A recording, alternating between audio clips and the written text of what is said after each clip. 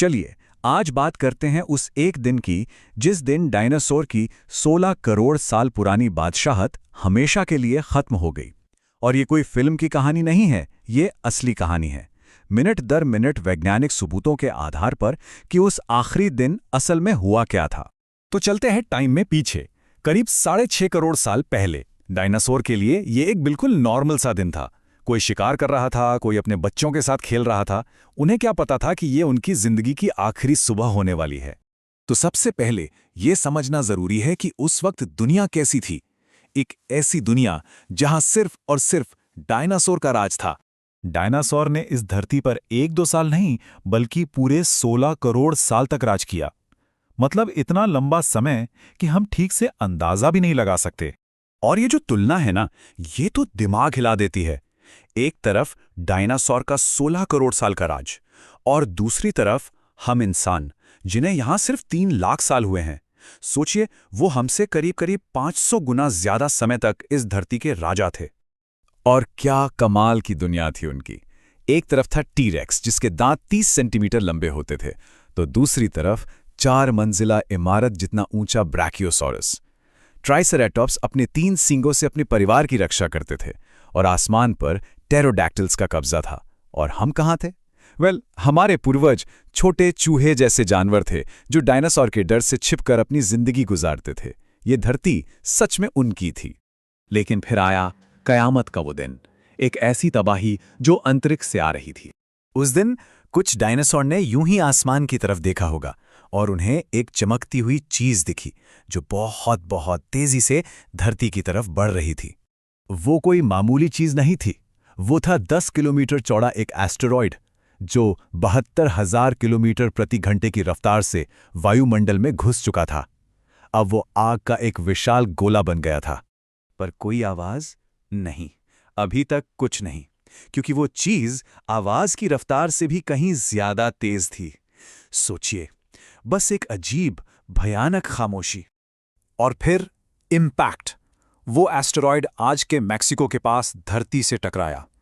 ये टक्कर इतनी जबरदस्त थी कि इसकी ताकत 10 अरब हिरोशिमा बमों के बराबर थी। और इस टक्कर के बाद जो हुआ वो किसी भी बुरे सपने से कहीं ज्यादा भयानक था। पूरी धरती पर जैसे आग लग गई। टक्कर वाली जगह के 1000 किलोमीटर के दायरे में जो कुछ भी था, डायनासोर, पेड़, पहाड़, सब एक पल में भाप बन गया। जमीन में 30 किलोमीटर गहरा गड्ढा हो गया।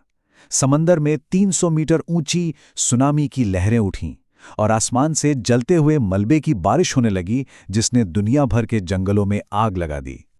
और ये तो बस शुरुआत थी। सिर्फ पहले 24 घंटों के अंदर धरती पर मौजूद 75% डायनासोर्स मारे जा चुके थे। जो बच गए उनके लिए असली क़यामत तो अब शुरू होने वाली थी। एक लंबी, कभी न खत्म होने वाली रात, जिसे कहते हैं इम्पैक्ट विंटर। हुआ ये कि टक्कर से अरबों टन धूल, धुआं और मलबा आसमान में फैल गया। इस मलबे ने एक मोटी चादर बना ली और सूरज की रोशनी को धरती तक आने से पूरी तरह रोक दिया। महीनों तक, शायद सालों तक, पूरी धरती पर घना अंधेरा और कड़ाके की ठंड छा गई।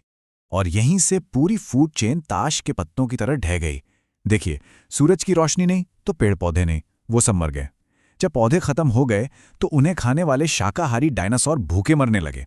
और जब शाकाहारी ही नहीं बचे तो टी-रेक्स जैसे खूंखार शिकारी भी भूख और ठंड से एक एक करके खत्म हो गए। हाँ, तो अब सवाल ये उठता है कि ये सब हमें इतने दावे के साथ कैसे पता है? इसका सबूत क्या है?